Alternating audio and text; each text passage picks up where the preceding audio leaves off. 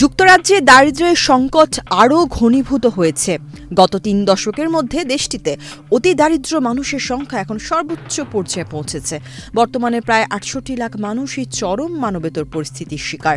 মঙ্গলবার প্রকাশিত Joseph রাউন্ট্রি foundation বা জেআরএফ এর এক গবেষণা প্রতিবেদনে এই উদ্বেগজনক তথ্য উঠে এসেছে।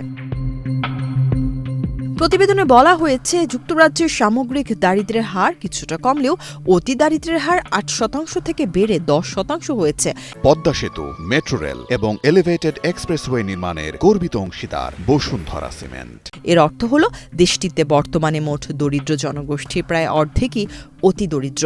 বিশেষ করে ব্রিটেনে বসবাসরত সংখ্যালঘু সম্প্রদায়, বিশেষ করে বাংলাদেশ ও পাকিস্তানি বংশোদ্ভূতদের মধ্যে এই দারিদ্র্যের হার উল্লেখযোগ্যভাবে বেশি।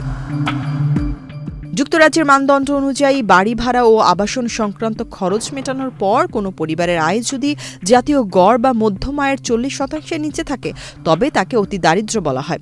উদাহরণস্বরূপ, 2 সন্তানসহ একটি দম্পতির বার্ষিক আয় ১৬,৪০০ পাউন্ডের কম হলে তারা এই শ্রেণীর অন্তর্ভুক্ত হন।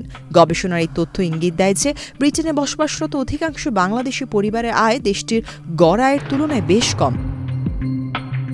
উদ্বেগজনক শিশু দারিদ্র্য প্রতিবেদনে আরও দেখা যায়, দেশটিতে টানা ৩য় বছরের মতো শিশু দারিদ্র্য বেড়েছে।